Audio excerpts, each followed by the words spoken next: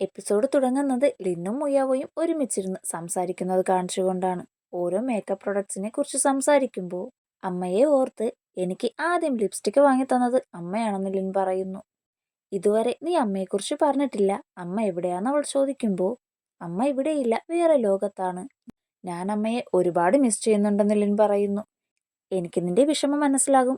എൻ്റെ അമ്മയും ഒരുപാട് നാളെ മുന്നേ മരിച്ചുപോയെന്ന് മുയാവോ പറയുമ്പോൾ ഞാൻ അതല്ല പറഞ്ഞത്, ഞാൻ പറഞ്ഞത് വേറെ ലോകമാണ്, അതാണ് എൻ്റെ നാട്, അവിടെ എൻ്റെ അമ്മ ജീവനോടെ ഉണ്ടെന്ന് ലിൻ പറയുന്നു.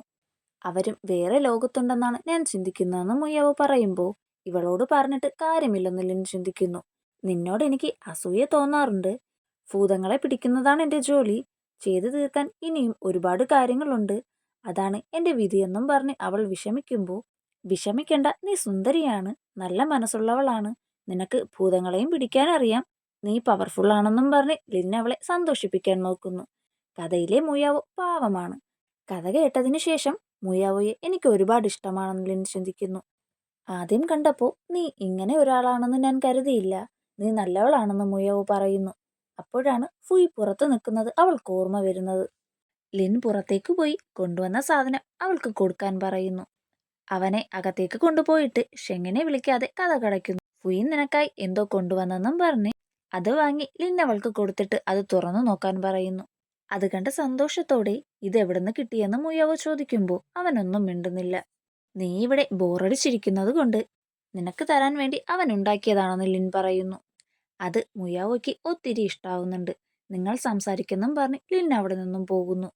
പുറത്ത് ഷെങ് നിൽക്കുന്നുണ്ട്. ഇതിനു മുന്നേ അവൾ ഇങ്ങനെ ചിരിക്കുന്നത് ഞാൻ കണ്ടിട്ടില്ല, നീ എന്താ ചെയ്തതെന്ന് ഷെങ് ചോദിക്കുമ്പോൾ നിനക്കെന്തേലും കുഴപ്പമുണ്ടോ, വല്ലപ്പോഴുമാണ് അവൾ ഇങ്ങനെ സന്തോഷിക്കുന്നതെങ്കിൽ അതോർത്ത് നീ സന്തോഷിക്കുകയല്ലേ വേണ്ടതെന്ന് ലിൻ ചോദിക്കുന്നു. നീ അവളുടെ ആരുമല്ല, നിന്റെ കൂടിരിക്കുമ്പോൾ അവൾ എന്തിനാ സന്തോഷിക്കുന്നത്, നിന്നോടെന്തിനാ സഹോദരിയെ പോലെ അവൾ പെരുമാറുന്നത്, അവളെ ചിരിപ്പിക്കാനായി ഞാൻ ഒരുപാട് കഷ്ടപ്പെടാറുണ്ടെന്ന് ഷെങ് പറയുമ്പോൾ അത് കേട്ട് ചിരിച്ച് നിനക്ക് അസൂയയാണെന്ന് ലിൻ പറയുന്നു. അതിന് നീ ആരാ, നിന്നോടെന്തിനാ എനിക്ക് അസൂയ തോന്നുന്നതെന്ന് ഷെങ് പറയുമ്പോൾ നിന്റെ സഹോദരി എന്നോട് ഇത്ര സന്തോഷത്തിൽ സംസാരിച്ചു, പക്ഷെ നിന്നോടൊന്നും പറയാറില്ല, അതിന്റെ അസൂയയാണ് നിനക്കെന്ന് ലിൻ പറയുന്നു. അത് കേട്ട് ദേഷ്യത്തിൽ അവൻ നിൽക്കുമ്പോൾ എന്തേലും ചെയ്താൽ അവളെ വിളിക്കുമെന്നും പറഞ്ഞ് ഷെങ് എന്നെ ഉപദ്രവിക്കുവാണെന്ന് അവൾ ഉറക്കെ വിളിക്കുന്നു. മുയവോ പുറത്തു വരുമ്പോൾ ഞാൻ നിന്നോട് അടുപ്പം കാണിക്കുന്നത് നിന്നെ ഉപദ്രവിക്കാൻ വേണ്ടിയാണെന്നും പറഞ്ഞ് അവൾ കരയുന്നു. അത് കേട്ട് ലിനിനോട് സോറി പറയാൻ മുയവോ അവനോട് പറയുന്നു. സോറി എന്ന് പതുക്കെ പറയുമ്പോൾ കേൾക്കാത്ത പോലെ അഭിനയിച്ച് വീണ്ടും അവൾ കരയുന്നു. അവളത് കേട്ടില്ല, ഉറക്കെ പറയുന്നു മുയവോ പറയുമ്പോൾ ഷെങ് അവളോട് ക്ഷമ ചോദിക്കുന്നു. അവരുടെ മുന്നിൽ കരയുന്ന പോലെ അഭിനയിച്ചിട്ട് ഷെങ്ങിനെ നോക്കി അവൾ കളിയാക്കി ചിരിക്കുന്നു. അത് കണ്ട് ദേഷ്യത്തിൽ നീ കാത്തിരുന്നോ, നിനക്കുള്ളത് ഞാൻ തരാമെന്ന് ഷെങ് പറയുന്നു. ശേഷം അവർ 3 പേരും ഒരുമിച്ചിരിക്കുന്നതാണ് കാണിക്കുന്നത്. ഷെങ് അവൾക്ക് വേണ്ടി ഫ്രൂട്ട്സിന്റെ തൊലി കളഞ്ഞു കൊടുക്കുവാണ്. യങ് മാസ്റ്റർ ഷെങ് ഇതുവരെ തൊലി കളഞ്ഞില്ലെന്ന് അവൾ കളിയാക്കി ചോദിക്കുമ്പോൾ മനഃപൂർവ്വം അവനത് താഴെയിടുന്നു. മുയവോ അവനോട് ദേഷ്യപ്പെടുമ്പോൾ ചിരിച്ചുകൊണ്ട് അവനത് ലിന്നിന് കൊടുക്കുന്നു. നീ എന്നെ ഒരുപാട് പ്രാവശ്യം കൊന്നതല്ലേ, അതിന്റെ പ്രതികാരം ഇപ്പോൾ തീർക്കുമെന്നും ചിന്തിച്ച് എനിക്ക് ഗ്രേപ്സ് വേണമെന്ന് അവൾ പറയുന്നു. ആരെങ്കിലും നിന്നോടത് കഴിക്കരുതെന്ന് പറഞ്ഞോന്ന് ഷെങ് ചോദിക്കുമ്പോൾ തൊലി കളയാനായി അവളത് ഷെങ്ങിന്റെ നേരെ കാണിക്കുന്നു. മുയാവോ പറയുമ്പോൾ പാവം ഷെങ് അത് വാങ്ങുന്നു. കൈക്കെന്തോ പറ്റി നല്ല വേദനയുണ്ടെന്ന് ലിൻ പറയുന്നു. മുന്നേ എനിക്ക് കഴുത്തുവേദന വന്നപ്പോൾ ഷെങ്ങാണ് മസാജ് ചെയ്ത് തന്നത്, അതൊന്ന് ട്രൈ ചെയ്യുന്ന മുയാവോ പറയുമ്പോൾ കിട്ടിയ അവസരം മുതലാക്കാമെന്നും പറഞ്ഞ് അവൻ എഴുന്നേറ്റ് അവളെ അവിടെ പിടിച്ചിരുത്തി അവന്റെ ദേഷ്യം മുഴുവൻ തീർക്കുന്നു. വേദനിക്കുവാണെന്നും പറഞ്ഞ് അവൾ എഴുന്നേറ്റ് ഓടുമ്പോൾ അവനും അവളുടെ പുറകെ ഓടുന്നു. ഓടിത്തളർന്ന് ഞാൻ ചെയ്തത് തെറ്റാണ്, എന്നോട് ക്ഷമിക്കെന്ന് അവൾ പറയുന്നു. അവിടെ പൊടി പോലെ എന്തോ കാണുമ്പോൾ അത് കണ്ട് പേടിച്ച് അവൾ ഷെങ്ങിന്റെ ദേഹത്ത് ചാടിക്കേറുന്നു. അവളെ തട്ടിമാറ്റിയിട്ട് ഇത് ഡെസ്ഡമോൺ ആണ്, അതിന് മാജിക് പവേഴ്സ് ഇല്ല, പേര് പോലെ തന്നെ അവർ വളരെ ചെറുതാണെന്ന് ഷെങ് പറയുന്നു. അതിനെ നോക്കിയിട്ട് ഈ ലോകത്ത് ഒരുപാട് ഡെമോൺസ് ഉണ്ടോന്ന് അവൾ ചോദിക്കുന്നു.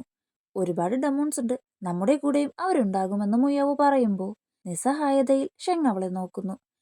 മാജിക് പവേഴ്സ് ഉള്ള ഭൂതങ്ങൾ മാത്രമേ മനുഷ്യരെ ഉപദ്രവിക്കത്തുള്ളൂ, ഈ ഡസ്റ്റ് ഡെമോൺസ് കൊതുകുകളെ പോലെയാണെന്ന് മുയാവോ പറയുമ്പോൾ ബാക്കി ഡെമോൺസ് എങ്ങനെയാണെന്ന് ലിൻ ചോദിക്കുന്നു. ഇതൊന്നും അറിയാത്ത ചെറിയ കുട്ടിയാണോ നീ എന്ന് ഷെങ് പറയുമ്പോൾ അവൾ അതിനെക്കുറിച്ച് എങ്ങനെ അറിയാനാ, ചെറുപ്പത്തിൽ ഞാൻ നിനക്ക് പറഞ്ഞു തന്ന കാര്യങ്ങൾ അവൾക്ക് പറഞ്ഞു കൊടുക്കുന്ന മുയാവോ പറയുന്നു. അങ്ങനെ അവൻ അതിനെക്കുറിച്ച് ലിനിന് പറഞ്ഞു കൊടുക്കുന്നു. ഭൂതങ്ങൾ 9 തരത്തിലുണ്ട്. അതിൽ ഡെസ്ഡമോൺ ഫസ്റ്റ് ലെവലാണ്. ചില ഭൂതങ്ങൾക്ക് മനുഷ്യരൂപത്തിലായി മാറാൻ കഴിയും. 5ാമത്തെ ലെവലായാൽ മനുഷ്യരൂപത്തിലാകാൻ കഴിയുള്ളൂ. 9ാമത്തെ ലെവലിലെ ഭൂതം ഭൂതങ്ങളുടെ രാജാവാണെന്ന് ഷെങ് പറയുമ്പോൾ അതാണ് ഭീമാകാരമായ സ്ത്രീ എന്ന് മുയാവോ പറയുന്നു. അവളെ തോൽപ്പിച്ചാലേ ഈ ഗെയിം പൂർത്തിയാക്കാൻ കഴിയൂ. അവളെ തോൽപ്പിക്കാൻ എന്തെങ്കിലും വഴിയുണ്ടോന്ന് ലിൻ ചോദിക്കുമ്പോൾ ഡെസ്ഡമോനെ കുറിച്ച് പോലും നിനക്കറിയില്ല, പിന്നെങ്ങനെയാ നീ അവളെ തോൽപ്പിക്കുന്നതെന്ന് ഷെങ് ചോദിക്കുന്നു. ഡെമോൺസിനെ ഓർത്ത് രാത്രി എനിക്ക് ഉറങ്ങാൻ പറ്റില്ലെന്ന് ലിൻ പറയുമ്പോൾ മനുഷ്യരുടെ സമാധാനത്തിനു വേണ്ടിയാണ് ഞങ്ങൾ ഭൂതങ്ങളെ പിടിക്കുന്നത്. എന്തായാലും അവളെ കണ്ടുപിടിച്ച് ഞാൻ കൊല്ലുമെന്ന് മുയാവോ പറയുന്നു. അടുത്ത് ഷെങ്ങിനെയാണ് കാണിക്കുന്നത്. ഞാനാണ് ഭീമാകാരമായ സ്ത്രീയെന്ന് ഒരു കുട്ടി പറയുന്നത് അവൻ ഓർക്കുന്നു. ഉറങ്ങാൻ കിടക്കുമ്പോൾ മുയാവോയെ കുറിച്ച് ലിൻ ഓർക്കുന്നു. അവൾ പാവം പെൺകുട്ടിയാണ്, അവൾക്ക് നല്ല മനസ്സുണ്ട്, എനിക്കവളെ ഒരുപാട് ഇഷ്ടമാണെന്നും ചിന്തിച്ച് ഉറങ്ങാനായി അവൾ കണ്ണടയ്ക്കുമ്പോൾ 3ാമത്തെ ടാസ്ക് തുടങ്ങുവാണെന്ന് സിസ്റ്റം പറയുന്നു. മുയാവോയുടെ റൂമിൽ പോയി ഒരു മാപ്പ് നശിപ്പിക്കണം, അതാണ് 3ാമത്തെ ടാസ്ക്. അത് മൂ ഫാമിലിയിലെ നിധിയാണ്. അതിന് ഡെമോൺസിന്റെ നീക്കങ്ങൾ അറിയാൻ കഴിയും. പക്ഷേ കുറെ വർഷങ്ങൾക്ക് മുന്നേ അതിന് കേടുപാടുകൾ പറ്റി. വലിയ ഡെമോണിനെ കണ്ടുപിടിച്ച് അവളുടെ കുടുംബം നശിപ്പിച്ചതിനുള്ള പ്രതികാരം തീർക്കാൻ വേണ്ടി മുയാവോ അത് ശരിയാക്കാൻ ശ്രമിക്കുവാണ്. ഫുയി അതെടുക്കുമെന്ന് സംശയമുണ്ടെന്ന് ഷെങ് പറയുമ്പോൾ അവനങ്ങനെ ചെയ്യില്ലെന്നും പറഞ്ഞ് മുയാവോ അവനോട് ദേഷ്യപ്പെടുന്നു. അത് പുറത്തുനിന്ന് ലിൻയു കേൾക്കുന്നു. അവളോട് വഴക്കിട്ട് ഷെങ് അവിടെ നിന്നും പോകുന്നു. മുയാവോ ഉറങ്ങിയതിനു ശേഷം അവരുടെ സംസാരം കേട്ട് ലിൻയു അവിടെ കയറി ആ മാപ്പ് കത്തിച്ചു കളയും. ഈ മാപ്പിന് വേണ്ടിയാണ് ഫുയി നിന്റെ പിറകെ നടന്നതെങ്കിൽ ഞാനിത് കത്തിക്കും, അങ്ങനെ ഇനി അവൻ നിന്റെ പുറകെ നടക്കില്ലെന്ന് ലിൻയു പറയുന്നു. അതോർത്ത് ദേഷ്യത്തോടെ ഇതെന്ത് പൊട്ടക്കഥയാ, 2 പവർഫുള്ളായ ഡെമോൺ ക്യാച്ചേഴ്സ് അകത്തുനിന്ന് സംസാരിക്കുന്നത് ഒളിച്ചു നിന്ന് ഒരു വീക്കായ പെൺകുട്ടി കേട്ടിട്ട് അതവർ കണ്ടുപിടിക്കില്ല. അതൊരു നിധിയല്ലേ, അതെങ്ങനെയാ ഒളിപ്പിക്കേണ്ടതെന്ന് അവർക്കറിയില്ലേ, ഇത്രയും വൃത്തികെട്ട കഥ അയാൾ എങ്ങനെ എഴുതിയെന്നും ചിന്തിച്ച് ലിൻ അവിടെ നിന്നും പോകുന്നു. ലിൻ അവിടെ പോയി ഒളിഞ്ഞു നിന്ന് അവരുടെ സംസാരം കേൾക്കുന്നു. ലിനിനെ കുറിച്ച് അവൻ കുറ്റം പറയുമ്പോൾ അവൾ പാവമാണ്, അവൾക്ക് ആവശ്യത്തിന് കാശുണ്ട്, അവൾക്ക് മാജിക്കൽ ആർട്സിന്റെ ആവശ്യമില്ലെന്നും പറഞ്ഞ് മുയാവോ അവളെ സപ്പോർട്ട് ചെയ്ത് സംസാരിക്കുന്നു. വീണ്ടും അവൻ ലിനിനെ കുറിച്ച് കുറ്റം പറയുമ്പോൾ എനിക്ക് പുതിയ ഫ്രണ്ടിനെ കിട്ടുന്നതാണ് നിന്റെ പ്രശ്നം. ചെറുപ്പം മുതലേ നീ മൂ ഫാമിലിയിലാണ് ജീവിക്കുന്നത്, നിനക്ക് ഫ്രണ്ട്സ് ഇല്ലാത്തത് കൊണ്ട് നിനക്ക് എന്നെ മാത്രമേ വിശ്വാസമുള്ളൂ. അവരോടൊക്കെ കൂട്ടുകൂടുന്നത് നിനക്കിഷ്ടമല്ല, എനിക്കത് മനസ്സിലാക്കാൻ പറ്റും. ഇനി മുതൽ മറ്റുള്ളവരോടും നീ കൂട്ടുകൂടണം. ഈ ലോകത്ത് ഒരുപാട് നല്ല മനുഷ്യരുണ്ടെന്ന് മുയാവോ പറയുന്നു. ലിനിനെ കുറിച്ച് നല്ല കാര്യങ്ങൾ മുയാവോ പറയുമ്പോൾ മറ്റുള്ളവരെ വിഷമിപ്പിക്കുന്ന കാര്യങ്ങൾ എനിക്ക് ചെയ്യാൻ പറ്റില്ലെന്നും പറഞ്ഞ് അവൾ അവിടെ നിന്നും പോയി ഗെയിമിനെ കുറ്റം പറഞ്ഞിട്ട് ഈ ഗെയിം ഞാൻ കംപ്ലീറ്റ് ആക്കില്ല, നിങ്ങൾ എന്തു ചെയ്യുമെന്ന് ചോദിക്കുന്നു. പെട്ടെന്ന് എന്തോ ഒരു സാധനം വന്ന് തീയായി അവിടെ വീഴുന്നു. അങ്ങനെ അവൾ വീണ്ടും അവിടെ എത്തുന്നു. ഉറങ്ങാനായി എന്തോ ഒരു മാജിക്കൽ പേപ്പർ അവൾക്ക് കൊടുത്തിട്ട് ഷെങ് അവിടെ നിന്നും പോകുന്നു.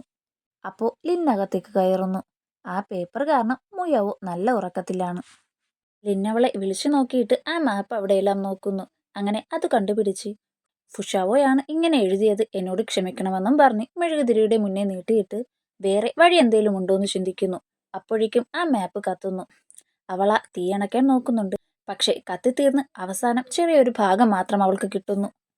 അതെടുത്ത് അവൾ പുറത്തിറങ്ങുമ്പോൾ ഷെങ് അവിടെ നിൽക്കുന്നു. രാത്രി നീ ഇവിടെ എന്തു ചെയ്യുവാന്ന് അവൻ ചോദിക്കുമ്പോൾ അവളുടെ കയ്യിലെ മാപ്പ് അവൻ കാണുന്നു. അങ്ങനെ ഷെങ് അവളെ കൊല്ലുന്നു. വീണ്ടും അവൾ അകത്തെത്തുന്നു. അത് ഡ്രസ്സിനകത്ത് വെച്ച് പുറത്തിറങ്ങുമ്പോൾ ഷെങ് അവിടേക്ക് വന്ന് വീണ്ടും അവളോടത് ചോദിക്കുന്നു.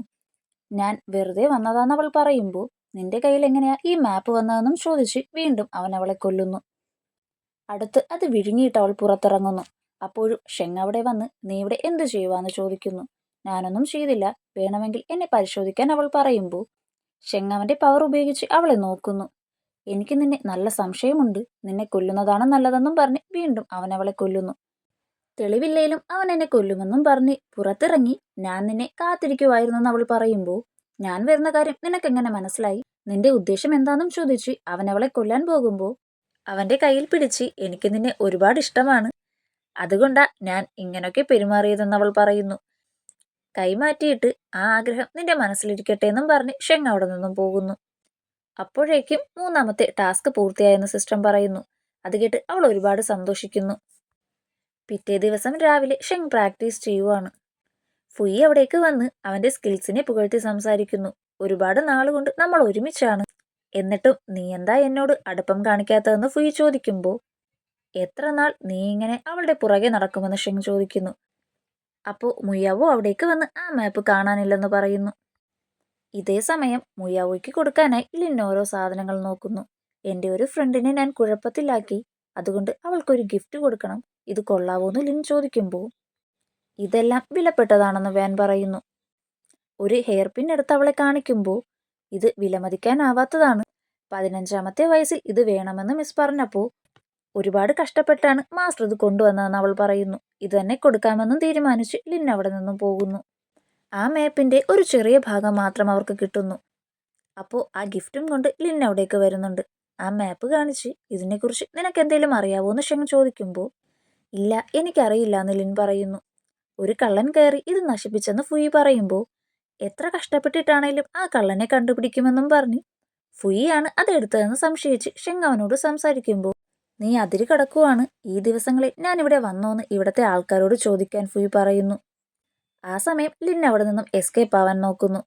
കഥ കടച്ച് അവന്റെ സ്കില്ല് ഉപയോഗിച്ച് ഒരു പേപ്പർ ഉണ്ടാക്കി ഇന്നലെ മുതൽ ഇന്നുവരെ ഇവിടെ വന്ന എല്ലാവരെയും വിളിച്ച് ഇത് ഉപയോഗിച്ചാൽ മതി, അവർ സത്യം പറയും.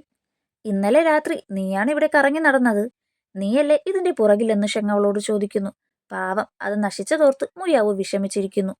ഷെങ്ങിനോട് ഫുയി ദേഷ്യപ്പെടുമ്പോൾ ഞാൻ സത്യം തെളിയിക്കാനാ നോക്കുന്നത്, ഞാനും ഇന്നലെ ഇവിടെ വന്നിരുന്നു, എന്നിൽ നിന്ന് തന്നെ തുടങ്ങട്ടെ എന്നും പറഞ്ഞ് അതവൻ അവന്റെ ശരീരത്താക്കുന്നു.